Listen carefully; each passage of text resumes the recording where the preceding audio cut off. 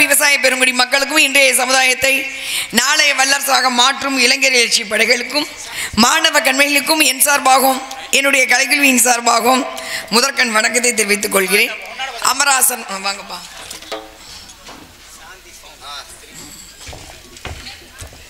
வள்ளியாக காட்சி எழுதி கொண்டிருக்கும் திருச்சி சாந்திஸ்ரீ அவர்களுக்கு விழா கமிட்டியின் சார்பாக சால்வை வழங்குகிறேன்.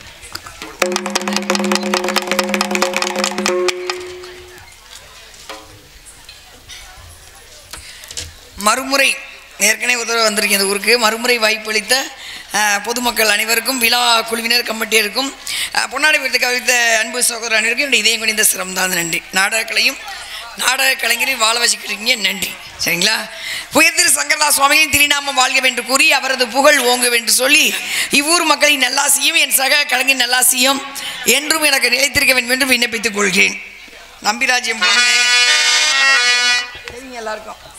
வள்ளி வந்து நம்பிராஜ்யம் மக, வளர்ப்பு மகள், இதெல்லாம் தெரியும். வள்ளி திருமணம் ஏன் பேர் வைக்கணும்? ஸ்ரீவள்ளி திருமணம், முருகன் திருமணம்னு எழுதியிருக்கலாம் சங்கரதாஸ் சுவாமி. இல்லை கட்சியை பச்சி வாய்ச்சிருந்து முருகன் திருமணம் எழுதியிருக்கலாம். வள்ளிக்கு முக்கியத்துவம் கொடுத்து வள்ளி திருமணம். வள்ளி யார்? ஏன் அந்த அம்மாவுக்கு இவ்வளோ முக்கியத்துவம் கொடுத்தாங்க? கொஞ்சம் பேசுவோம் அன்னைக்கு. கொஞ்சம் அஷ்டமா சித்துக்கள் கற்றுக்கிட்டவங்க அந்த அம்மா. பஞ்சபூதத்தை கட்டுப்படுத்தக்கூடியவை. பஞ்சபூதம் இது தெரியுங்களா? பிரபஞ்சம். பிரபஞ்சம் இல்லாமல் நம்ம கிடையாது. பூமி வந்து இப்போ இந்த வீடு கலையரங்க கட்டினா அஸ்திவாரம், வீடு கட்டினா அஸ்திவாரம், கோயில் கட்டினா அஸ்திவாரம். பூமி எந்த அஸ்திவாரத்தில் சுற்றிட்டு இருக்கு? அந்த இடத்துல சுற்றிக்கிட்டு இருக்கு. சுத்த வைப்பது யார்? பிரபஞ்ச சக்தி. நல்லா யோசிச்சு பாருங்க. பூமி வேகமாக சுற்றினாலும் நம்மளால வாழ முடியாது, பூமி சுத்தாமல் போயிட்டாலும் வாழ முடியாது. அப்போ ஒரு கணக்கு வச்சு நிர்ணயமாக இரவு பகல், வருஷத்துக்கு இத்தனை நாள் நட்சத்திரம் சரியாக சுற்றுது பாருங்க பூமி. அதை சுத்த வைக்கும் பிரபஞ்சம் மிகப்பெரிய அதீத சக்தி. அந்த பிரபஞ்ச தொடர்பு நமக்கு கிடைக்கணுங்க தான் சங்கரதாசாமி நாடகத்தை வச்சது. அந்த பிரபஞ்சம் பஞ்சபூதங்களில் ஒன்று. அதுக்கு நம்ம நன்றி சொன்னது கிடையாது. அதுக்கப்புறம் மூச்சு காற்று. யாரையாவது பார்க்க பிடிக்கலன்னு வச்சுக்கோங்க, கண்ணை முடிக்கலாம். பேச பிடிக்கலன்னா வாயை முடிக்கலாம். பேசுறது கேட்க பிடிக்கலன்னா காதை முடிக்கலாம். சாப்பிட பிடிக்கலன்னா வயிற்று 2 நாள் பட்டினி கிடக்கலாம். எனக்கு மூச்சு விட பிடிக்கலன்னு சொல்லிட்டு மூச்சு விடாமல் இருக்க முடியுமா? செத்து போயிடுவோம். அப்போ தானாக மூச்சு விட்டு உள்ளே போய் தானியங்கி யாரும் கண்ட்ரோல் பண்ண முடியாது, யாரும் கட்டுப்படுத்த முடியாது. அதுவாக வந்துட்டு அதுவாக போகும் மூச்சு காற்று. அது ஒரு நாளைக்கு 21,600 சுவாச காற்று. கணக்கு போட்டு பாருங்க. இப்போ யாராவது என்னவெல்லாம் முடியாது, இப்போ முடியாது, முடியும் சொல்லக்கூட முடியாது. அப்போ அந்த மூச்சு காற்றை கொடுப்பது வாயு பகவான். கூட்டினீங்கன்னா ஒரு 21,600 சுவாச காற்று 9ல் முடியும். கலியுகத்து கணக்கு 4,32,000 4 3 7 2 9 9ல் முடியும். நம்ம கோள்கள் 9, நம்ம சக்திகள் 9, நம்ம தானியங்கள் 9. பழனி பால தண்டாயுதபாணி சிலை செய்யப்பட்டு 9 பாசனம். சரிங்களா? இல்லை எந்திரிச்சு போட்டு ஒன்றும் பிரச்சனை இல்லை. பிள்ளையார் இருக்கார்ல பார்த்துக்குவார் நாடம். சரிங்களா? ஒன்றும் நான் தான் போன வருஷமே திட்டிட்டு தான் போனேன். எந்திரிச்சு போகாதீங்க தான், நான் நடுராத்திரியில் கேளுங்க, சில புராணங்கள் கேளுங்க. 12 வரைக்கும் பப்பு டான்ஸை பார்க்குறீங்க. அதனால் அதான் யூடியூப்பில் பார்த்தாச்சுன்னா ஒன்றும் பண்ண முடியாதுல்ல. நேரடி தொடர்புன்னு ஒன்று இருக்குல்ல, யூடியூப்பில் பார்க்குறதுக்கும் நேரடி தொடர்புன்னு ஒன்று இருக்குல்ல. சரிங்களா? நயன்தாரா வந்து சினிமாவில் தேட்டரில் பார்க்கலாம், நேரில் பார்க்க முடியுமா? தொட முடியுமா? தொட முடியாது. அப்போ இந்த இசையெல்லாம் நேரில் கேட்கணும், அதுக்கு ஒரு சக்தி இருக்குது. யூடியூப்பில் நீங்கள் கேட்கலாம்னா அது நிழல். இது நேரடியாக கேட்கும்போது இந்த நேரத்துக்கு இந்த இசையை கேட்கணும் ஒன்று இருக்குது, இந்த நேரத்துக்கு இதை பார்க்கணும்னு இருக்குது. சரிங்களா? பப்புன் டான்ஸ் யூடியூப்பில் பார்க்குறது இல்லையா? பப்புன் டான்ஸ் யூடியூப்பில் பார்க்க மாட்டீங்களா? அது பார்க்குறீங்கள? சரிங்க. சரி, இப்போ என்ன செய்யலாம்? உள்ளே போயிடவா? அப்போ சொல்லுங்கள். பேசாமல் உங்களை தான் யூடியூப்பில் பார்த்துட்டு போயிட்டா அப்புறம் எதுக்கு காமெடி பண்ணிக்கிட்டு? உங்களை தான் யூடியூப்பில் பார்த்துட்டு அப்போ எதுக்கு நான் நின்றுக்கிட்டு? சம்பளத்தை கொடுங்க, கிளம்புறோம் நாங்கள் பப்புன் டான்ஸோட முடிச்சுட்டு. நல்ல விஷயம் ஏதாவது சொல்லலாம் தான் சொல்ல விட மாட்டீங்க. அதனால தான் நம்ம அப்படியே இருக்கிறோம். நல்ல விஷயம் நம்ம தெரிஞ்சுக்கவும் மாட்டோம், என்ன சொல்கிறவங்களையும் சொல்ல விட மாட்டோம். சரிங்களா? நான் ஒன்றும் ரொம்ப நொந்து போய் நான் ரொம்ப வந்து செலக்ட் பண்ணி தான் நடத்துக்கு போகிறது. எந்த ஊரில் பேச்ச கேட்கலாம், ஊரில் போய் பாடுவேன். பாட்டாக பாடலாம். பாடுறதுக்கு நீங்கள் தொட்டாலே 1000 பாட்டு வருமே. பஸ்ஸில் நிம்மதியாக தூங்க முடியல. இங்கிட்ட ஒரு பாட்டு, இங்கிட்ட ஒரு பாட்டு, அங்கிட்ட ஒரு பாட்டு செல்ல. அப்போ நல்ல விஷயங்கள் நான் பஸ்ஸில் தான் வருவேன். நான் 18 வருஷம் ஆச்சு நடனா, நான் காரில் வந்ததே கிடையாது. இந்த கார் வைங்க, அந்த ஊருக்கு எனக்கு ஒரு 50,000 சம்பளம் கொடுக்குற பொம்பளைலாம் நான் கிடையாது. ஏன்னா எல்லாத்தையும் வாட்ச் பண்ணுவேன். யார் யார் என்னென்ன நிகழ்ச்சி, என்னென்ன குறைகள் இருக்குது, என்ன மனசு என்ன கஷ்டப்படுறாங்க அப்படின்னு. அதுக்காக தான் சொல்கிறது. அப்போ நாடகம்னா அதுக்காக நேரடி தொடர்பு. இப்போ பஞ்சபூதத்தை உங்களால் கட்டுப்படுத்த முடியுமா? முடியாது. மூச்சு கட்டுற கட்டுப்படுத்த முடியும். இதை மாற்றி செய்யணும், செய்யாது. அப்போ அதுக்கு சில பூஜை. எதுக்கு நம்ம பிள்ளையார் சதுர்த்தி கும்பிட்றோம்? என்னதான் கலிகாலம் வந்தாலும் பிள்ளையார் சதுர்த்தி கும்பிட்றோம்ல. எதுக்கு கும்பிட்றோம்? பிள்ளையார் சதுர்த்தி எதுக்கு கும்பிட்றோம் தெரியாமையே கும்பிட்டுக்கிட்டு இருக்கோம். சரிங்களா? அதில் அவ்வளோ அறிவியல் இருக்குது. எத்தனை பேர் அறிவியல் ரீதியாக கும்பிட்டுருப்பீங்க? அதில் மருத்துவம் இருக்குது, அறிவியல் இருக்குது. சரிங்களா? அதனால தான் நாடகத்தை வச்சு நேரடி தொடர்பாக வச்சது. அந்த பஞ்சபூதத்திலே மூச்சு காற்று கட்டுப்படுத்தக்கூடியவங்க யாருன்னா வள்ளி. அதுக்கப்புறம் வர்ண பகவான், தண்ணி இல்லாமல் வாழ முடியாது, அதையும் கட்டுப்படுத்தக்கூடியவர்கள் வள்ளி. அதுக்கப்புறம் இன்னொன்று பூமாதேவி. நமக்கு எல்லாம் நிலத்தை வாங்கி போட்டால் கோடிக்கணக்கில் விற்கலாம். மரத்தை நட்டால் கனி கொடுக்கும். இந்த அரச மரம் மூச்சு காற்றை கொடுக்குது, எல்லாமே கொடுக்குது. ஆனால் பூமிக்கு நம்ம எதுவுமே செய்ய மாட்டோம். அதை எவ்வளோ சித்திரப்படுத்தணும் அவ்வளோ சித்திரப்படுத்துவோம் அந்த பூமி. அப்போ இந்த பஞ்சபூதங்கள் நம்ம மனிதர்கள் இல்லை. பஞ்சபூதங்களை தன் கட்டுப்படுத்தக்கூடிய சக்தி வள்ளிக்கு உண்டு. அதனால தான் மகாலட்சுமியின் மறு அவதாரம். ஆண்டாள் எப்படி வந்தாங்களோ பெரியாழ்வாருக்காக, அதுக்காக நம்பிராஜனுக்காக வள்ளி வந்தவங்க தான் வள்ளி இந்த பூமிக்கு வந்திருக்காங்க. அந்த வள்ளி தான் உங்கள் ஊருக்கு வந்திருக்காங்க. அப்போ வள்ளி மகாலட்சுமியின் மறு அவதாரம். சரிங்களா? அப்படிப்பட்ட வள்ளி வணங்கக்கூடியவள் தான் முருகப்பெருமான். நீங்கள் இலங்கை கதிர்காம தட்டி பாருங்க. வள்ளி நெல்லுக்காய போட்ட இடம் இன்னைக்கு இருக்கு, மூங்கில் நெல். மஞ்சள் தேய்ச்சி குளிச்ச இடம் இன்னைக்கு இருக்கு. யானை தந்தத்தை வச்சு திணையை இடிச்சிருக்காங்க. யானை தந்தத்தை வச்சு அந்த அம்மா திணையை இடிச்சாங்கன்னா இப்போ எவ்வளோ பெரிய பலசாலியாக இருந்திருப்பாங்க. இலங்கையில் கதிர்காமத்தில் சிலை கிடையாது, முருகர் சிலை. 7 திறதார்க்கும் தலைக்கு ஒரு விளக்கம் இருக்கு. அப்படிப்பட்ட வள்ளி வேலூர் மாவட்டம் எடுத்துன்னா அங்கேயும் வள்ளி இருக்காங்க. நெல்லுக்காய போட்ட இடம், மூங்கில் நெல் காய போட்ட இடம். அப்படிப்பட்ட வள்ளி தான் இன்னைக்கு வந்திருக்கேன். அந்த வள்ளி தான் முருகப்பெருமானை வணங்கக்கூடியவள். அப்போ முருகன் யாரு? முருகனை பற்றி 2 விஷயம் 2 வரையாவது கேட்டுக்கணும்ல. நாடகமே முருகன் நடந்தானே, டீ சாப்பிடுங்க. சரிங்களா? முருகனை பற்றி தெரிஞ்சுக்கணும். மனசு வலிக்கிற மாதிரி ஒரு விஷயம் சொல்லவா? நம்ம கட்டின வீடு தான், நம்ம தான் கஷ்டப்பட்டு வீடு கட்டியிருப்போம். சோறு தின்றுருக்க மாட்டோம், டீ குடிச்சிருக்க மாட்டோம், அவசரமாக சொத்து சேர்ப்போம். பேரனுக்கு வேணும், பேத்திக்கு வேணும், ஐயோ நமக்கு பின்னாடி நம்ம பிள்ளை நல்லா இருக்கணும், நம்ம பேரை நல்லா இருக்கணும், அவசரமாக சொத்து சேர்த்துருப்போம். நாம் கட்டிய வீட்டிலே, நாம் சேர்த்து வைத்த சொத்து உள்ள வீட்டிலே நாம் இறந்து விட்டால் 4 மணி நேரத்துக்கு மேலே நமக்கு இடம் கிடையாது. பெரியம்மாவை தூக்குங்கன்னு சொல்ல மாட்டாங்க, பெரியப்பாவை தூக்குங்கன்னு சொல்ல மாட்டாங்க, போனத்தை எப்போ தூக்குங்கன்னு தான் சொல்லுவாங்க. அவ்வளோதான். நம்ம கட்டின வீடு தான், நம்ம சொந்த பந்தம் தான். ஐயோ இன்னொரு 4 நாளைக்கு இருக்கட்டுமே எங்கள் பெரியப்பான்னு சொல்ல மாட்டாங்க, 4 மணி நேரம் போனத்தை தூக்குங்கன்றுவாங்க. அதுக்கப்புறம் தூக்கிட்டு போன பின்னாடி அந்த இடத்த விளக்கமாத்த வச்சு கழுவிடுவாங்க, ஒரு விளக்கமாத்த வச்சு கழுவிடுவாங்க. அதுக்கப்புறம் நம்ம சாப்பிட்ட தட்டு, படுத்துங்கின பாய், தலைவாணி எல்லாம் தூக்கி குப்பையில் விட்டெறியப்படும். எங்கள் யாராவது ஒருத்தர் எங்கள் தாத்தா செத்து போயிட்டார், அவர் தலைவாணி இல்லாமல் தூங்குறோம்னு சொல்கிறீங்களா? இல்லை. அதுக்கப்புறம் கருமாதிங்கிற பேரில் வீடு வெள்ளையடிக்கப்பட்டு நம் நினைவுகள் மறக்கப்படும். எவ்வளவு அழகாக இருக்கட்டும், எவ்வளவு சொத்து இருக்கட்டும், எவ்வளவு பதவி இருக்கட்டும், எவ்வளவு படம், எதுவுமே இறந்த பின்னால் கூட வராது. கூட வருவது எது தெரியுமா? கும்பிடப்படும் சாமி பக்தி, பிறருக்கு செய்யும் அன்னதானம், கேட்கப்படும் புராண கதைகள், இது 3 மட்டும்தான் கூட வரும். அதுக்காக தான் சங்கரதாசன் நமக்கு முன்னாடி முன்னோர்கள் வந்து கோவிலில் கட்டி திருவிழா வச்சு சாமி கும்பிட்டு இந்த மாதிரி சங்கரதாசனுக்கு முன்னாடி எங்கே நாடகம் நடந்துச்சு? மகாபாரதத்தில் நாடகம் நடந்துச்சா? இல்லையே. சங்கரதாசாமிக்கு முன்னாடி நாடகம் நடக்கலையே. இது கலியுகம் பிறந்து 5130 வருஷம் ஆச்சு. சங்கரதாசாமி 1860, அதுக்கு அப்புறம் தான் நாடகமே, அதுக்கு முன்னாடி நாடகமே கிடையாது. அப்போ நல்லா இருக்கணும் நாடகம் வச்சது. அப்போ நம்ம இறந்து போனால் பின்னாடி ஆத்மாவுக்கு, உடம்புக்கு தான் அழிவு, ஆத்மாவுக்கு அழிவு கிடையாது. கூட வருவதுனால் புராண கதைகள். அதுக்காக தான் போராடி திருப்பி புராணத்தை பேசுறது. 2 வரி கந்த புராணம், 2 வரி தான், சரிங்களா? கதாநாயகனா ஒரு வில்லன் இருக்க வேணா, வள்ளி கந்த புராணம் பேசி ஆகணும். சோறு இல்லாட்டி எனக்கு கிடைக்காது. கேட்க உங்களுக்கு புண்ணியம். உங்கள் முன்னோர்கள் செய்த தவறுகள் மன்னிக்கப்படும். நீங்கள் செய்யப்படும் சின்ன தவறு, தெரியாமல் செய்யும் தவறுகள் தண்டனை பெறாது. கந்தபுராணத்தை கேட்டால் மன்னிக்கப்படும், தவறுகள் திருத்தப்படும். 2 வரி. கதாநாயகனா ஒரு வில்லன் இருக்கணும்ல. கதாநாயகனா யாரு? முருகப்பெருமான். வில்லன் வந்து சூரபத்மன், நாரதர் கிடையாது. அவர் என்ன பண்ணுறாரு? ஒரு 1000 வருஷம் தவம் இருக்காரு சிவன் நோக்கி. எல்லாரும் எனக்கு அடிமையாகணும், 33 கோடி தேவர்கள், பிரம்மா விஷ்ணு சிவன் எல்லாரும் எனக்கு அடிமையாகணும்னு தான் ஆசைப்பட்டு தவம் இருக்காரு. சிவன் காட்சி கொடுக்கல, கோபம் வந்துச்சு சூரபத்மனுக்கு. என்ன பண்றாரு? ஒரு யாகத்தை வளர்த்து கைகாலெல்லாம் வெட்டி உள்ள போட்டு கழுத்தறுத்து சாம்பலாயிட்டார். சிவன் பார்க்குறாரு. அப்போதான் இப்படி ஒரு பக்தனா தன்னுடைய ஜடாமுடி அவிழ்த்து விட, ஜடாமுடி இந்த கங்கை இந்த சாம்பல் அப்படி ஊடுருவி போகிறாங்க. சூரபத்மனுக்கு உயிர் வந்துச்சு, எந்திரிச்சு நிற்கிறார். காசிபருக்கும் மாயைக்கும் பிறந்த சூரபத்மனை அழிந்தேன், இப்போ எனக்கு உடம்பு கொடுத்துருக்கேன், உசுறு கொடுத்து நான் கேட்கறலாம் கொண்டு சிவன் பார்த்து கேட்குறார். சிவன் சிரிச்சா, என்ன வேணும்? எல்லாரும் எனக்கு அடிமையாகணும், 33 கோடி தேவர்கள், பிரம்மா விஷ்ணு சிவன் யமன் நாரதர் எல்லாரும் எனக்கு அடிமையாகணும், கொடு. சிவன் சிரிச்சார், நெத்தில கை வச்சார். சக்தி நீங்க சகலம் உனக்கு அடக்கம். அப்போ பார்த்தார், சிவன் சிரிக்க ஆரம்பிச்சார். என்ன பார்க்குற? சாகாவரம் பெற்றவன் நான் மட்டுமே, சிவம், எனக்கு மரணம் என்பது கிடையாது. ஆனால் பூமியில் பிறந்த ஒவ்வொரு ஜீவராசி மரணத்தை தழுவணும்பா, நீ சாகணும், நீ தான் எமனையே அடிமையாக்கிட்டியே, யார் உன்னை அழிப்பது? அப்பதான் கேட்டாராம்.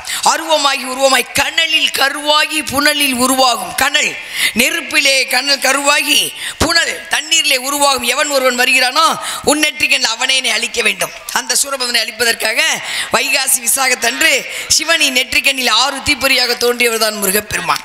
வந்துட்டார். வந்த வேலையை முடிக்கணும்ல, சக்திகிட்ட வேல் வாங்கிட்டு சூரசுகுமாரம் போறார். மனசு வரல. தெய்வங்கள் அழிப்பவர்கள் அல்ல, ஆணவத்தை அழிப்பவர்கள்.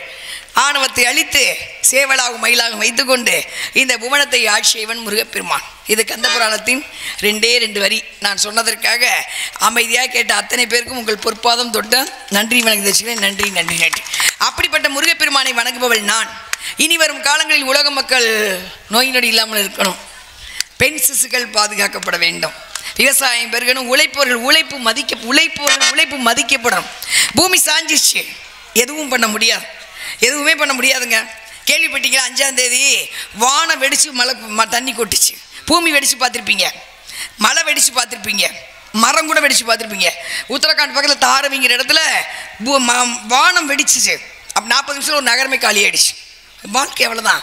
சந்தோஷமா இருக்கும் வரை சந்தோஷமா பாருங்க, வாழ்க்கையை ரசிக்க கத்துங்க. முருகப்பெருமானை வணங்குவோமா? முருகா.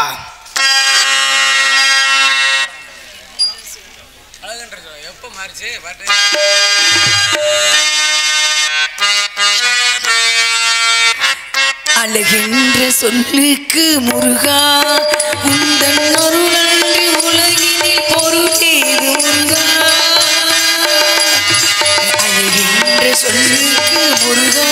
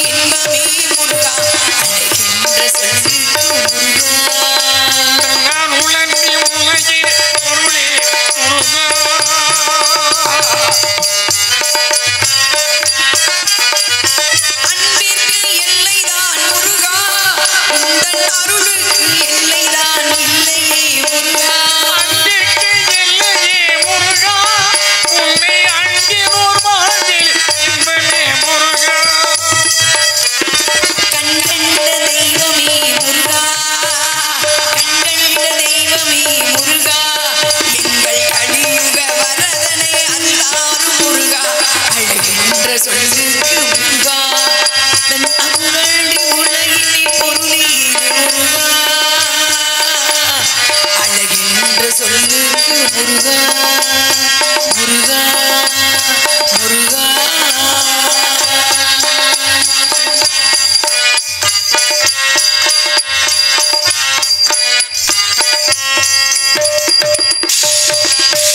ஒரு மனிதன் ரொம்ப நன்றிங்க.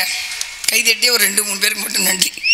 எல்லாரும் கைதட்டலாம். கைதட்டுறது எங்களை பாராட்டுவதற்கு மட்டுமல்ல, உங்களுக்கு ஒரு மெடிசன்.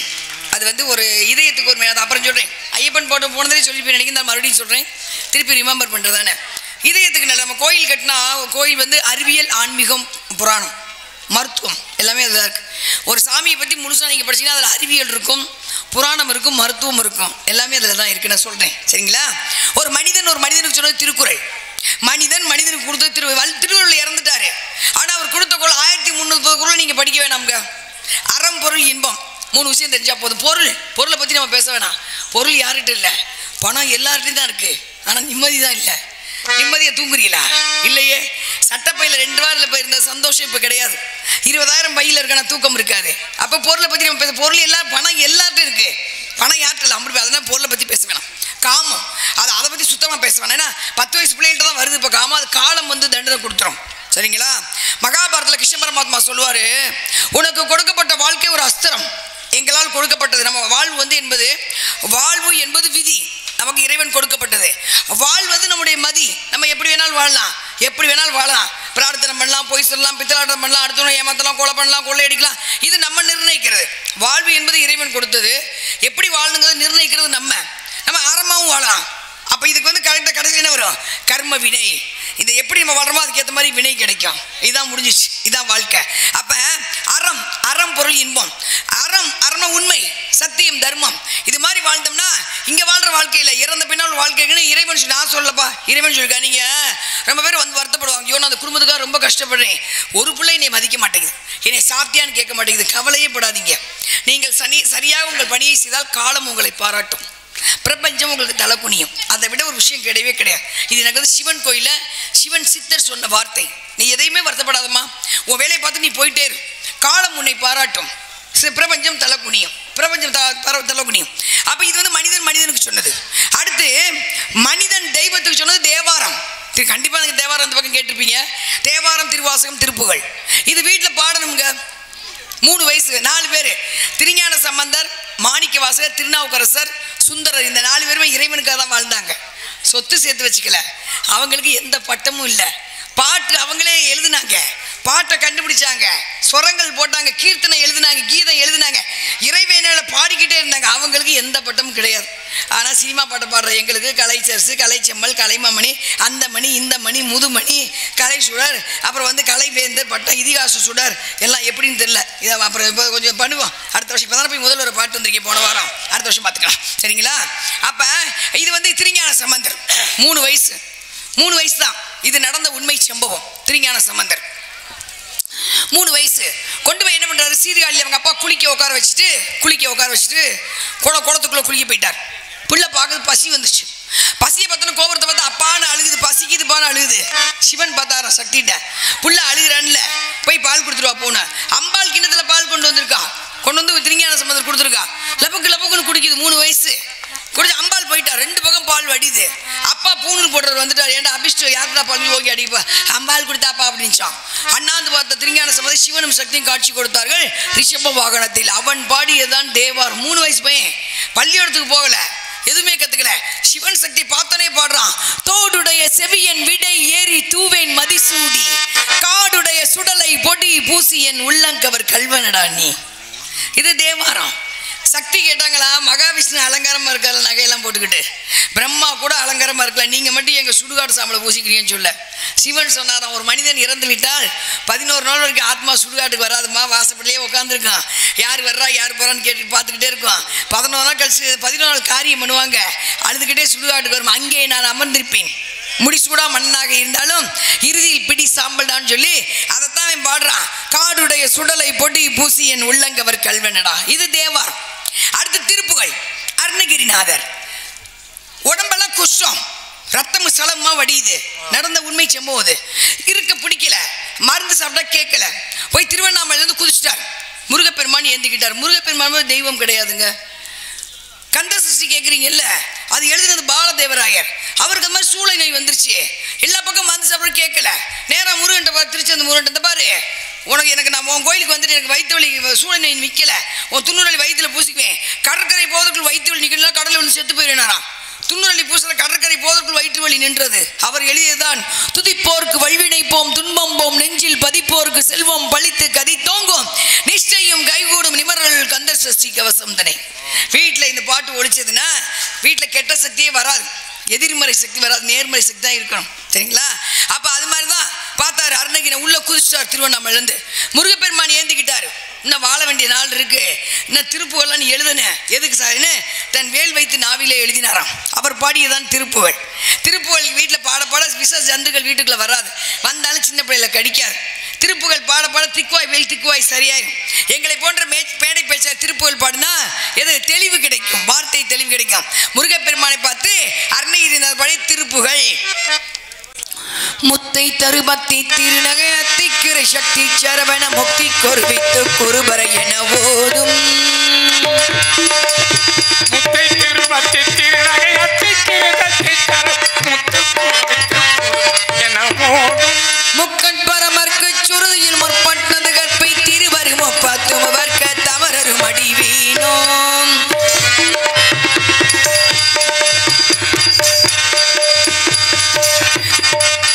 தலைதத்தை கணை கொடு ஒற்றை கிரிமத்தை பொறுதொரு பட்ட பகல் வட்டத்தில் இரவாக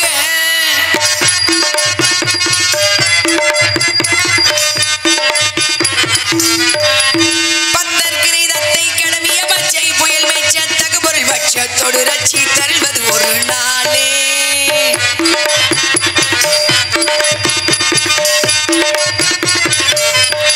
தித்தித்தைய மொத்த பரிபுரம் நித்த பதம் வைத்து பயிரவி கொடிக்க கழுகொடு கழுகாட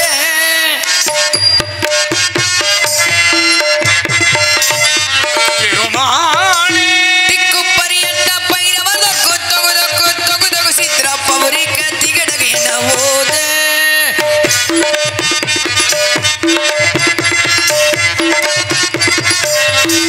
குத்து பறை கொட்ட களமிசை குக்கு குக்கு குத்தி புகை புக்கு பிடியன முதுகூகை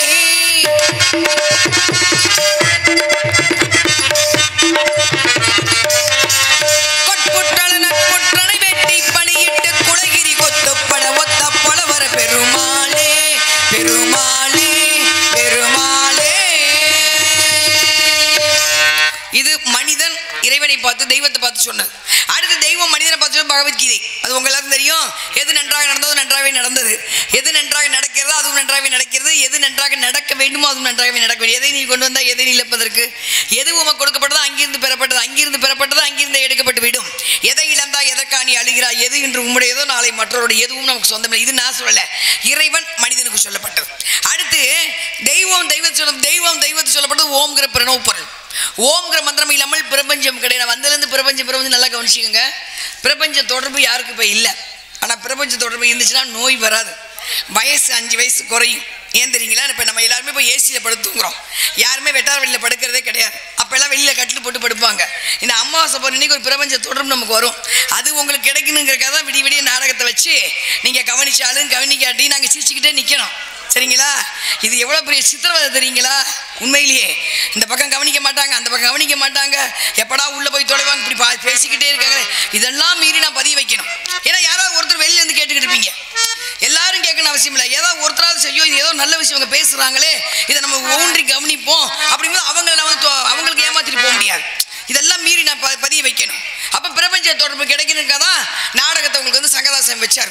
விடிய விடிய சரியா 12லேருந்து 12 வள்ளி வெளியே வரணும். நான் 12லேருந்து 12 விடல வர மாட்டேன் நாடகத்துக்கு அப்படின்றேன். ஏன்னா 12:30 மணிக்கு அர்த்தஜாம பூஜை பண்ணுவாங்க. கருட புராண புத்தகத்தை தட்டி பாருங்க, பிரேதம் இங்கே கூட நிற்கும். இப்போ பக்கத்தில் உங்கள் பக்கத்தோட உட்காந்துருக்கோம் பிரேதாத்மா. அது கருட புராணம் தட்டிங்க, கருட புராணம் ப்ளஸ் பிரேதாத்மான்னு போடுங்க, டீட்டெயில்ஸ் கிடைக்கும். மரணம் என்பது வேறு, தற்கொலை என்பது வேறு, கொலை என்பது வேறு, ஜீவ சமாதி என்பது வேறு, துர்மரணம் என்பது வேறு. துர்மரணம் அடைந்த ஆத்மா மேலே போகாது, அது அப்படியே சுற்றிட்டாங்க. அதெல்லாம் கிராமத்தில் சொல்லுவாங்க பெரியவங்க, ராத்திரியில் வெளியே போகாதீங்க, காத்து கருப்பு அண்டும்பாங்க. அது வந்து பிரேத பிரேதாத்மா. அதை இன்னைக்கு ரிசர்ச் பண்ணிட்டாங்க. எப்படி நல்ல சக்தி இருக்கோ அது மாதிரி கெட்ட சக்தி உண்டு. அது வந்து நம்மளை சுற்றி 12 மணிக்கு சரியாக வெளியேறும். அப்போ 12 மணிக்கு நீங்கள் போனீங்கன்னா உங்களை வந்து ஒட்டிக்கும். அது வந்து ஒட்டிக்கிச்சுன்னா நம்ம விட்டு அதுக்கு ஆசை தீர்வு நம்ம விட்டு போகாது. அதனால தான் இதெல்லாம் எல்லா ஊர்லேயும் கோயிலில் 12 மணிக்கு திறந்து அர்த்தஜாம பூஜை பண்ணுவாங்க. அர்த்தஜாம பூஜை பண்ணி என்ன பண்ணுவாங்க, யாகங்கள் வளர்த்து மந்திரங்கள் உச்சாரணம் பண்ணி 2 தீப்பந்தத்தை கையில் வச்சுக்கிட்டு அப்படியே ஊர்வலம் போவாங்க. இப்போ யாரும் போகிறது கிடையாது.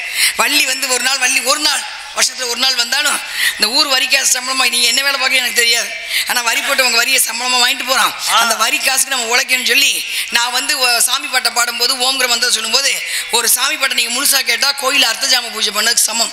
நாங்கள் பேசுகிறது புராணத்தை நீங்கள் முழுசாக கேட்டிங்கன்னா 1000 பேத்துக்கு அன்னதானம் போடுறதுக்கு சமம். இந்த புராணங்கள் கேட்பதற்கும் சாமி பாட்டு கேட்க இவ்வளோ வித்தியாசம். அதை நீங்கள் அனுபவிக்கிறதுக்காக தான் பேசுறது. வந்தம்மா 4 பாட்டை பண்ணமா சம்பளத்தை கல்லா கட்டமா போன பொம்பளை நான் கிடையாது. நீங்கள் படித்து பாருங்க. கரடு புராணம் படிச்சுன்னா பகல் 12 மணி கூட வெளியேற மாட்டீங்க. அவ்வளோ விஷயம் இருக்குது. அதனால தான் ஓம்கிற மந்திரத்தை இங்கே ஆரம்பிச்சு இங்கே கொண்டாந்து நிப்பாட்டுறோம். எல்லா வீட்லேயும் வண்டி இருக்கும். சக்கரை நேரம் அந்த வீட்டுக்கு போவோம். நமக்குள்ள 6 சக்கரம் இருக்கு. மூலாதாரம், சுவாதிஷ்டம், மணிப்புரம், அநாகத, விசுக்தி, அங்கி, சகசரம். இந்த 6 சக்கர நேரம் தான் ஆயுள் விருத்தியம், நோய் நொடி வராது. அதனால் முனிவர்கள் உட்காந்துருப்பாங்க. அந்த கையை சும்மா வச்சுட்டு நில்லுங்க, நிற்கும் போது வச்சுட்டு நில்லுங்க. ஒரு நல்ல மூளைக்கு ஒரு விஷயம் கிடைக்கும்.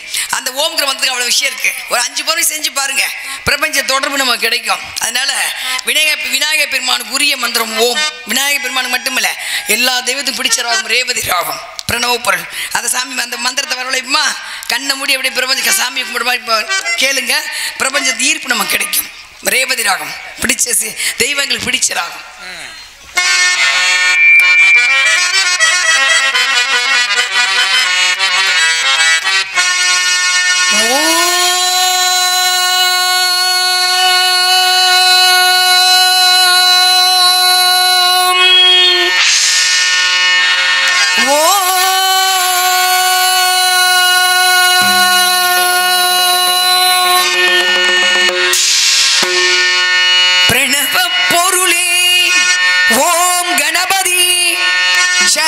சரணம் சுவாமி, பேசும் தெய்வமே, பிள்ளை செல்வமே, பெருவாழ்வு தரவாணி, பெருவாழ்வு தரவாணி.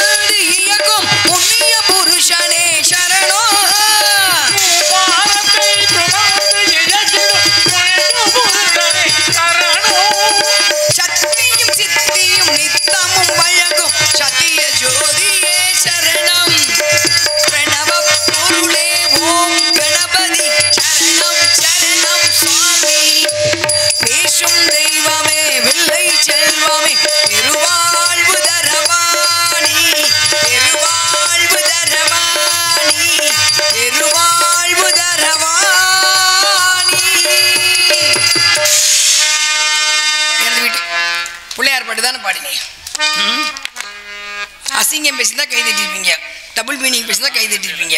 அப்படி தானே? பிள்ளையார் பாட்டு தானே பாடுங்க, பிள்ளையார் சேர்த்து தான் நேற்று. இந்த கையை தட்டுறதுக்கு உங்களுக்கு என்ன கஷ்டம்? நான் தெரியாமல் தான் கேட்குறேன். இல்லை அசிங்கமாக பாடுங்கண்ணா, இல்லை நான் வயிற்றுக்கிட்ட தள்ளிக்கிட்டு இங்கே சதையை தள்ளிக்கிட்டு நிற்கிறேன்னா சொல்லுங்கள், எனக்கு இது காரணம் தெரிஞ்சாங்க. அது என்ன அவ்வளவு கை தட்டினா இதயத்துக்கு நல்லதுன்னு சொன்ன பின்னாடி கை தட்டாமல் தான் அது என்ன ஒரு ஆகுது?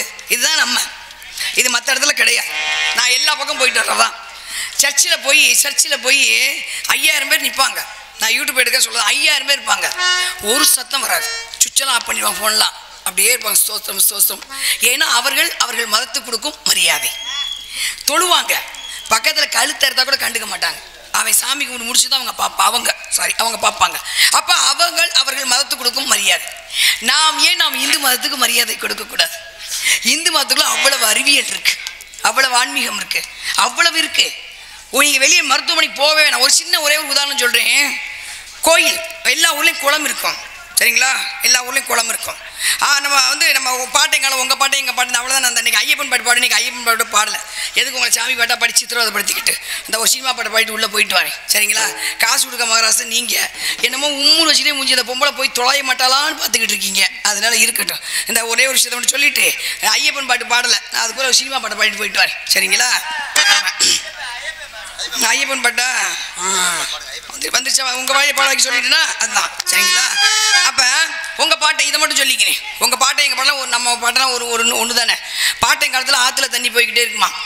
ஆற்றுல போய் ஆடு மாடை குளிப்பாட்டிட்டு இந்த பக்கம் அப்பச்சி குளிப்போகிறோம், அந்த பக்கம் அப்பத்தா குளிக்க, அந்த பக்கம் சின்ன பையன் கக்கா போவான், இந்த பக்கம் எல்லாமே நடக்கும் அந்த ஆற்றுல ஒரு தண்ணி மட்டும் சமையல் பண்ண போய் எந்த நோயும் இல்லை. இன்னைக்கு சாப்பிட்றது மினரல் வாட்டர், ஆனால் 5000 நோய் இருக்குது. மினரல் வாட்டர் சாப்பிடும்போது நோய் இருக்கக்கூடாதே. ஏன் நோய் வருது? மினரல் வாட்டர் சாப்பிட்டா நோய் வரக்கூடாது இல்லைங்க. ஏன் வருது யோசிச்சுக்கோங்க.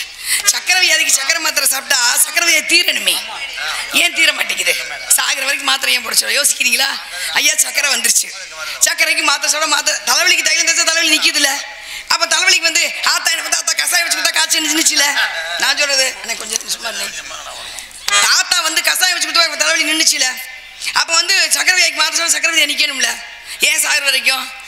பாவக்காயும் கோவக்காயும் வாரத்தில் 2 நாள் சாப்பிட்டா சக்கரை வியாதி பேலன்ஸ் பண்ணும். உள்ளதான் எல்லாமே இருக்குது. தனியாக கார் வச்சு பங்களா வச்சு கார் ட்ரெயினில் சக்கரை உள்ளே வர்றது கிடையாது, உள்ளே இருக்க தான் வருது. அப்போ கண்ட்ரோல் படுத்தணும். அப்போ அதை கண்ட்ரோல் படுத்த நம்ம காய்கறிகிட்ட இருக்குது, நம்ம ஒதுக்கி வச்சுட்டோம். பாவக்காயை பார்த்தா விஷத்தை பார்க்குற மாதிரி பார்ப்போம். சிக்கன் ரைஸ் பாருங்க, அப்படி சந்தோஷமாக சாப்பிடுவோம். அப்படியே மத்தாப்பு மாதிரி விரிஞ்சிடும் மூஞ்சி. சிக்கன் ரைஸாக கொண்டாங்க. பாவக்காய் வேணாம், சக்கரை வியாபாரம் தடுக்குமே. தைராய்டு எல்லா பெண்களுக்கும் தைராய்டு இருக்குது. ஏன் இதை நான் சொல்கிறேன்? நான் ஸ்டாஃப் நர்ஸு, அதனால நான் சொல்லிட்டேன் தெளிவா. எல்லா பெண்களும் தைராய்டு இருக்குது. 95 பொம்பளைக்கு தைராய்டு இருக்குது. அதை மாத்திரை போட காலையில் எந்திரிச்சு வெறும் வயிற்றில் போட சொல்லுவாங்க. தைராய்டு போட மாத்திரை தைராய்டு நிற்கணும்ல. ஏன் நிற்க மாட்டேங்குது? ஒன்றுமே இல்லை. வெண்டைக்காயை நிப்பாட்டுங்க, முட்டைக்கோசை நிப்பாட்டுங்க, காலிஃப்ளவர் நிப்பாட்டுங்க, மைதா மாவை நிப்பாட்டுங்க, சீனியை நிப்பாட்டுங்க, வெள்ளை முட்டையை நிப்பாட்டுங்க, தைராய்டு சரியாக போயிடும். இவ்வளோ இருக்குது. இதெல்லாம் நம்ம மருத்துவம் எழுதி வச்சாங்க, நம்ம தான் ஓரம் கட்டிட்டோம்ல. இது உள்ளே உட்காந்துக்குச்சு இல்லை, ஃப்ரைட் ரைஸ் சிக்கன் ரைஸ் உள்ளே உட்காந்துக்குச்சு இல்லை. நம்ம உடம்பை நம்ம தாங்க பார்க்கணும். நமக்கு எது பிடிக்குதோ அதை சாப்பிடணும். சிக்கன் குழம்பு வச்சுருந்தீங்களா, சிக்கன் பொரியல் வச்சுருந்தீங்களா, நான் சாப்பிட்டேனா வெறும் ரசம் ஊற்றி சாப்பிட்டு. ஏன்? எனக்கு அது சேராது, எனக்கு அது பிடிக்காது. நான் உங்களை குறை சொல்லக்கூடாது. ஐயோ ஏன் சிக்கன் வச்சுக்கேன் சண்டை போடக்கூடாது. எனக்கு ரசம் அழகாக ரொம்ப சந்தோஷமாக பிடிச்சி சாப்பிட்டு வந்துட்டேன். நம்ம உடம்புக்கு நம்ம எது தேவையோ அதை தான் சாப்பிடணும். அடுத்தவர்கள் சாப்பிட்றோம், நம்ம சாப்பிடணும் முடியாமல் வியாதி வந்து முடிஞ்சு வச்சுக்கல. அப்போ ஆறெல்லாம் அகலமாயிடுச்சு. அதுக்கப்புறம் ஊர் குளம் இருந்துச்சு. குளத்தங்கள்லாம் அரச மரம் இருக்கும். அதுவே குளிக்கும் முறை. முதல்ல பாதம் நினையணும், அப்புறம் முழங்கால் நினையணும், அதுக்கப்புறம் அடிவயிறு நினையணும், அதுக்கப்புறம் மார்பு நினைவு முங்கி குளிச்சாங்க. குளிச்சு முடிச்சுட்டு அப்பிச்சு என்ன பண்ணுவார்? இந்த துண்டை முறுக்கி நினச்சி நல்லா முறுக்கி இப்படி முதுகில் ஓடு தொடப்பார். அது எதுக்கு? அழுக்கு போவதற்கு மட்டுமல்ல, அறிவியல் அங்கே வச்சாங்க. 32 எலும்பு இருக்கும், தண்டு விட 32 எலும்பு. அது உள்ள ஒரு நரம்பு போகும், ரத்த நாளம். அது வழியாக ரத்தம் மூளைக்கு வேகமாக போகும். இப்போ அப்பிச்சு துண்டை முறுக்கி இப்படி வச்சு தொடக்கும் அழுத்தும் போது அந்த தண்டு வடம் அழுத்தப்பட்டு 32 எலும்புகள் அழுத்தப்பட்டு உள்ள இருக்க ரத்த நாளம் விரிவடைஞ்சு மூளைக்கு ரத்தம் வேகமாக எடுத்து செல்லப்பட்டது. அறிவியலை கொண்டு எங்கே வச்சாங்க பாருங்க. இல்லை, முடிஞ்சு வச்சு குழம்பெல்லாம் குறைஞ்சி போச்சு. இல்லை சொல்லு, இப்போ சொல்லுங்கண்ணே. நான் பேசும்போது சொல்லி இப்போ சொல்லுங்க, என்னை பார்த்து சொல்லுங்க, சரிங்களா? முடிஞ்சு போச்சு. ஐயப்பன் பாட்டு பாடுறேனே, ஐயப்பன் பாட்டு பாடாமல் பாடு, விஷயத்தை கேட்டுக்கங்கண்ணே, செய்யுங்கண்ணே. பிள்ளைகள் முடிச்சதோட சொல்லி பழமையை தூக்கி எரிஞ்சாச்சுண்ணே. கஷ்டமாக இருக்குண்ணே. எல்லாரும் நீ திட்டுறாங்க, ஏன் இப்படி கஷ்டப்பட்டு எல்லாருக்கும் திணிக்கிற? 2 பாட்டு பாடிட்டு போ. பாட்டு பண்ணாலும் உனக்கு 5000 ரூபா தான் சம்பளம். நீ தொண்டை தண்ணி போக உந்தி கமலை போக ஏண்டி தொண்டை தண்ணி போய் ஏண்டி கத்துற? வருஷம் பூரா நாடகம் ஆடுற, இங்கே பகலில் ஆடிவிட்டு பகலில் பூரா வெள்ளி இடத்துல கத்திக்கிட்டு இருக்க, உனக்கு தேவையாதுன்னு கேட்குறேன். மனசு கேட்க மாட்டேங்குது. 5000 ரூபாய் எண்ணி வாங்குறேன்ல, அதுக்கு உழைக்கன்னு நினைக்கிறேன். உழைக்க விடுங்க சட்டை சரியா? கடுப்பேத்தாதீங்க. ஆமாம், நல்ல விஷயம் சொல்ல கேட்க மாட்டீங்க. தூக்கி எரிஞ்சாச்சு. இந்துக்கள் சாஸ்திர சம்பிரதாயம் முன்ன ஒரு தாத்தா பாட்டி உட்காந்து பேசுங்க. 70 வயசு பாட்டி அவ்வளவு சொல்லும் அந்த பாட்டி. ஆனால் அதை பார்க்குறேச்சி அப்படின்ட்டு போகிறது மாதிரி யாரும் சொல்ல மாட்டாங்க. நீங்கள் கோச்சிக்காதீங்க பேசுகிறேன்ட்டு. நீங்கள் வாட்ஸ்அப் வச்சுக்கலாம். வாட்ஸ்அப்பில் அவ்வளோ 4000 பேர் உங்களுக்கு இருப்பாங்க. ஆனால் ஒரு கஷ்டம் போய் நீங்கள் 10 ரூபாய் கொடுக்க மாட்டாங்க. ஆனால் பெத்ததாய் மூக்கு தட்டை அவுத்து கொடுப்பா. என்னடா உடம்பு சேர்ந்தா மூக்கு தேண்டா அவுத்து கொண்டு விடாம்பா. அந்த பெத்ததாய் நம்ம சாப்பிட்டியான்னு கேட்போமா? கேட்க மாட்டோம் சரிங்களா? வீடியோ கால் வச்சு வீணாக போய்கிட்டு இருக்கோம். போதுமா? தொலைக்காட்சி பார்த்து தொலைஞ்சு போய்கிட்டு இருக்கோம். எல்லாம் வச்சுக்கோங்க, வேணான்னு சொல்ல, குறைச்சிக்கோங்க. போதுமா? தொலைக்காட்சி பாருங்க, வேணாம் புருஷனும் பிள்ளையும் தொலைஞ்சு போகாமல் பார்த்துக்கோங்க. வாட்ஸ்அப் வச்சுக்கோங்க, வாழ்க்கையை இழக்காமல் வச்சுக்காதீங்க சரிங்களா? அம்மா பெத்ததாய்க்கு பக்கத்தில் சாப்பிட்டியான்னு கேளுங்க. அதை விட ஒரு பெத்ததாய்க்கு அதை விட பொக்கிஷம் வேறு எதுவுமே இல்லை. நீங்கள் பட்டுப்படம் எடுத்து கொடுக்க வேணாம், நகை எடுத்து கொடுக்க. 70 வயசில் ஆத்தா உட்காந்துருக்கா, 50 வயசில் அம்மா இருக்கா, 30 வயசு அம்மா இருக்கா, அம்மா சாப்பிட்டியாம்மா அப்படின்னு மட்டும் கேளுங்க. அவங்க அழுக ஆரம்பிச்சிருவாங்க. அதை செய்யுங்க. நீங்கள் வாட்ஸ்அப்பில் 100 பேர் ஹலோ குட் மார்னிங் சாப்பிட்டியா? அவன் சாப்பிட்டா நமக்கு என்ன, சாப்பிட நமக்கு என்ன? எங்கே ஒரு 10 ரூபா கேளுங்க, ரீசார்ஜ் பண்ண சொல்லுங்கள், அப்படியே சுவிட்ச் ஆஃப் பண்ணி வச்சுருவான். முடிஞ்சு போச்சு. இதான் வாழ்க்கையை தெரிஞ்சுங்க சரிங்களா? முடிஞ்சு போச்சு. 1 ரூபா கொடுக்க மாட்டேன், நீ வேற சும்மா என்கிட்ட. ஆமாம், முடிஞ்சு போச்சு. குழம்புலாம் குறைஞ்சி போச்சு. அப்போ நம்மளாம் இது அதுக்கப்புறம் ஊருக்கு ஒரு கேணி இருக்கும், ஆத்தவை தண்ணி இறைக்கும். இடை சின்னதாச்சு, வலுவளர்ந்தது, குனிஞ்சு கூட்டுவாங்க, அடிவயிறு பெருக்காது. அது மாதிரி என்ன செய்யுங்க, உலக்க வச்சு இடிப்பாங்க, இடை சின்னதாங்க. எந்திரமாக பெண்கள் வேலை செஞ்சாங்க, எந்த நோயும் வந்தாங்க. என்னைக்கு எந்திர வீட்டுக்குள்ள செய்யல, நோய் முடிஞ்சு போச்சு. இப்போ இதில் அப்போ நம்மளாம் சின்ன பிள்ளைங்க அடிவயிப்பில் சாப்பிட்டோம் தண்ணி. இப்போ எதில் சாப்பிட்டீங்க? Water bottle. இன்னும் 5 வருஷம் கழிச்சு என்ன பண்ணுவீங்க? தண்ணியே இல்லை. காதில் இருக்க ஒரு தோட்டம் அவுத்து கொடுத்துட்டு ஒரு தண்ணி வாங்கி பிள்ளைக்கு கொடுக்குற சூழ்நிலை வரும். அப்படி ஒரு சூழ்நிலை வராமல் இருக்கணும்னா வரும் மழை நீரை சேகரித்து மரங்களை பாதுகாத்து இருக்கிற தண்ணீரை சிக்கனமாக பயன்படுத்தால் மட்டுமே இனி வரும் சந்ததிகள் வாழ்வார்கள். உங்கள் வாழ்க்கை உங்கள் கையில். போயிட்டு ஐயவன் பாடிட்டு இருமுடி தாங்கி ஒரு மனதாகி குருவெனவே வந்தோ இருவினை தீர்க்கும் யமனையும் வெல்லும் திருவடியை காண வந்தோ.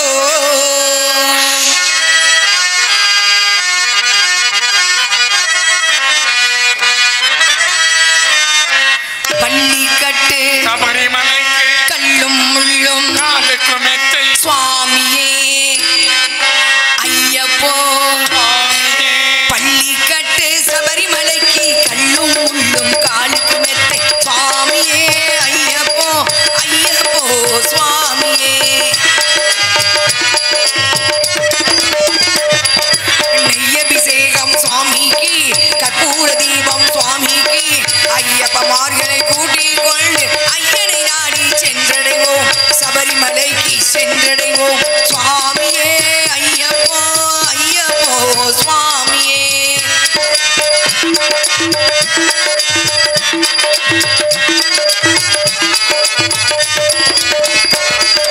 கார்த்திகை மாதம் மாலை அணிந்து நேர்த்தியாகவே விரதம் இருந்து பார்த்த சாரதி உன் மைந்தனையே உன்னை பார்க்க வேண்டியே தவம் இருந்து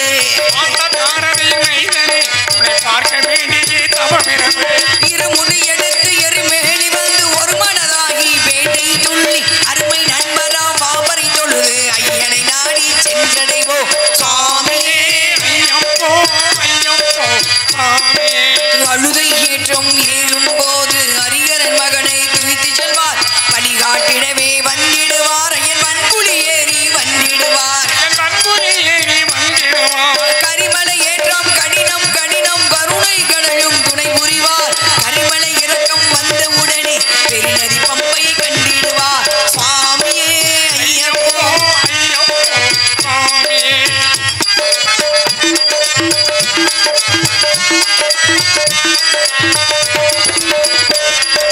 கங்கை நதி போல் புண்ணிய நதியாம் பம்பையில் நீராடி சங்கரன் மகனை கும்பிடுவார், என் சஞ்சலமின்றி ஏற்றிடுவார்.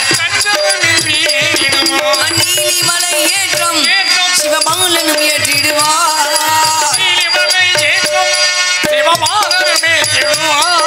காலமெல்லாம் நமக்கே அரை காவலனாயிருப்பார், தேக பலம் தான் தேக தேகபலம்தா தேகபலம்தா என்றால் அவரும் தேகது தந்திடுவார். பாதபலம்தா என்றால் அவரும் பாதது தந்திடுவார். நல்ல பாதையை காட்டிடுவார். சுவாமி ஐயப்போ ஐயப்போ சபரி பீடமே வந்திடுவார். சபரி அன்னையை பணிந்திடுவார்.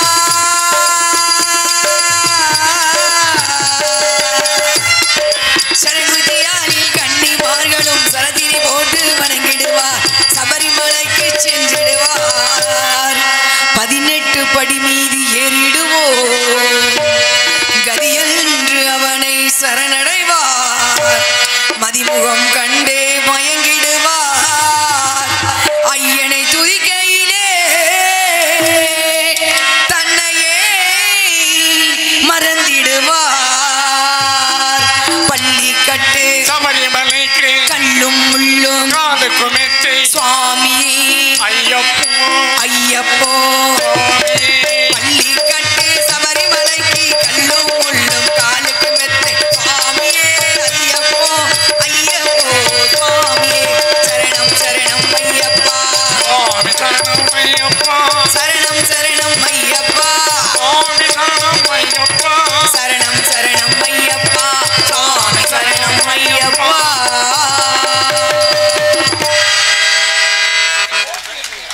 மிளகரணை அண்ணன் ஒரு கோழி வியாபாரி அண்ணன் அழகாபுரி பாலு அப்பா அவர்கள் சார்பாக 50 ரூபாய். மிளகரை அண்ணன் பேர் அவர் பேர் தெரியல, அவங்க 100 ரூபா அந்த பாட்டை பாராட்டி அன்பளிப்பளித்த உள்ளங்களுக்கு நன்றி நன்றி. அன்பளிப்பு கவிதை அன்பு உள்ளவங்களுக்கும் ரசித்த அத்தனை உள்ளவங்களும் இதே கணித சிரமந்தால் தான் நன்றி நன்றி நன்றிங்கப்பா. எப்பயும் சினிமா பாட்டு பாட மாட்டேன், இன்னைக்கு ஒரே ஒரு பாட்டு சரிங்களா?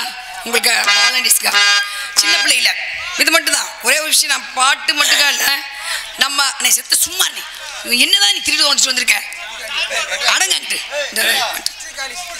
செத்த சும்மா இருனே பேசாம இருனே தொழில் பண்ண விடுனே தொழில் பண்ண விடுனே. சின்ன பிள்ளையில 1வது எல்லாருக்கும் தான், உங்களுக்கு எங்களுக்கு உட்காந்து எல்லாருக்கும் தான் சொல்றேன். 1வது படிக்கும்போது பக்கத்தில் ஒரு தோழி இருப்பா. சும்மா இருனே செத்த சும்மா தான் இரேனே நான் தான் ஆடி வரணும் கரகத்தை வச்சுக்கிட்டு செத்த சும்மா பேச விடுங்க. பேச விட என்ன சொல்ற நீ போய் படுத்துக்கு உள்ள பேசாம வர மாட்டேன். ஆமாம் அப்போ நீங்கள் சின்ன வயசில் நன்றி சொல்லுங்க. நீ எல்லாத்துக்கும் வாழ்க்கையை ரசிங்கனே.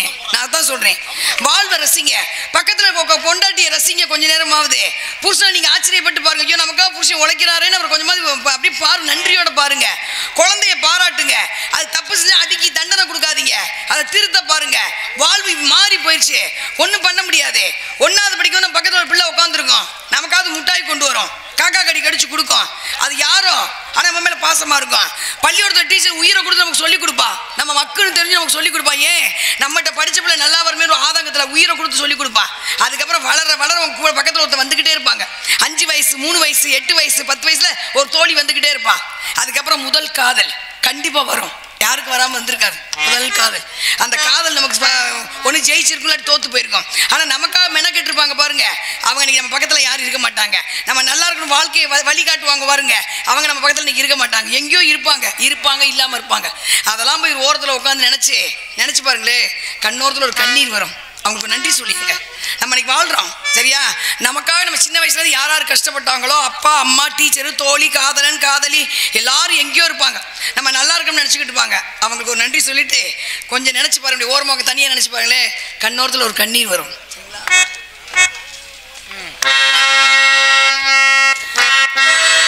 இதோ ஒரு பாட்டு உன் காதில் கேட்கும் போதெல்லாம் சில ஞாபகம் தாலாட்டும். ஏதோ ஒரு பாட்டு கேட்கும் போதெல்லாம் சில ஞாபகம் தாலாட்டும். நம் கண்களின் இவைகளிலே சில ஞாபகம் சிறகடிக்கும். நாம் சுவாசிக்கும் மூச்சினிலே சில ஞாபகம் கலந்திருக்கும்.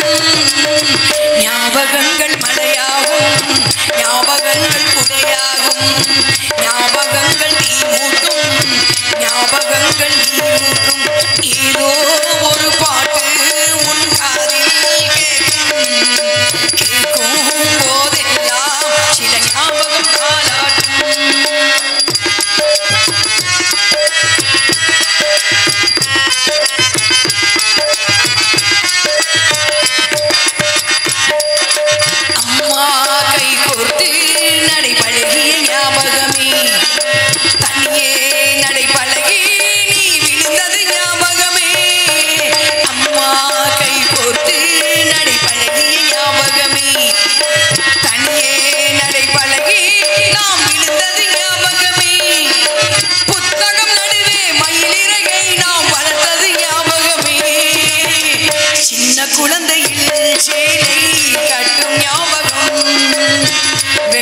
வந்ததும் முகத்தை மூடும் ஞாபகம் ஏதோ ஒரு பாட்டு உன் காதில் கேட்கும் போதெல்லாம் சில ஞாபகம் தாலாட்டும்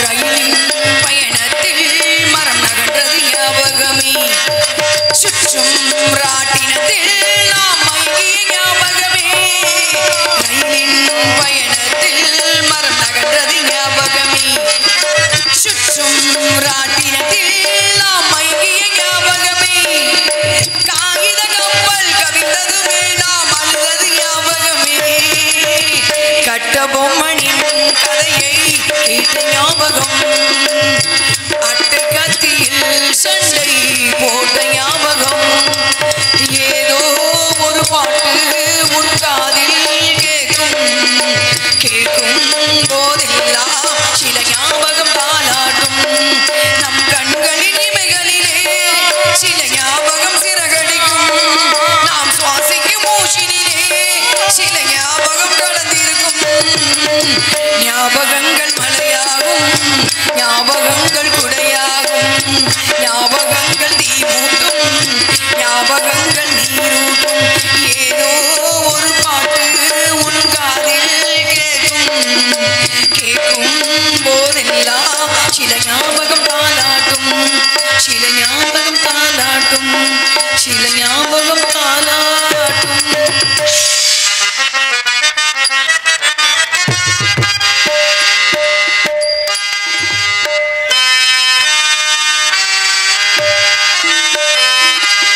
நான் பிறந்த நாட்டுக்கு எந்த நாடு பெரியது இந்த பெண்ணும் ஆடும் ஆடும் ஆண்டு சிறியது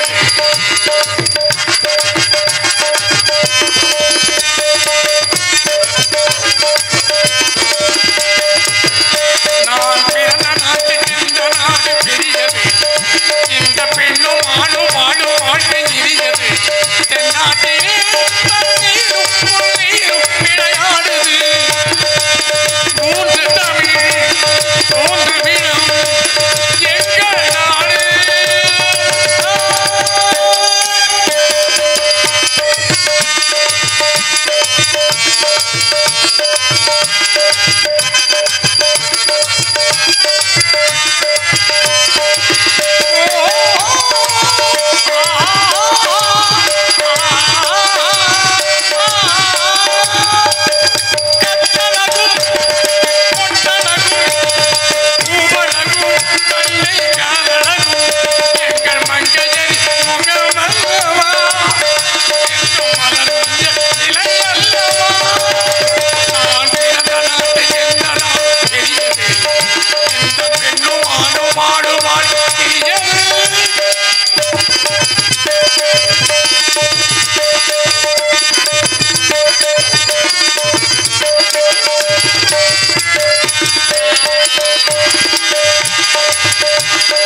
யானைகளுக்கு போரடிக்கும் பாண்டி நாட்டிலும் எங்கும் நீதி தோறும் தீபமே சோழ நாட்டிலும் யானைகளுக்கு போரடிக்கும்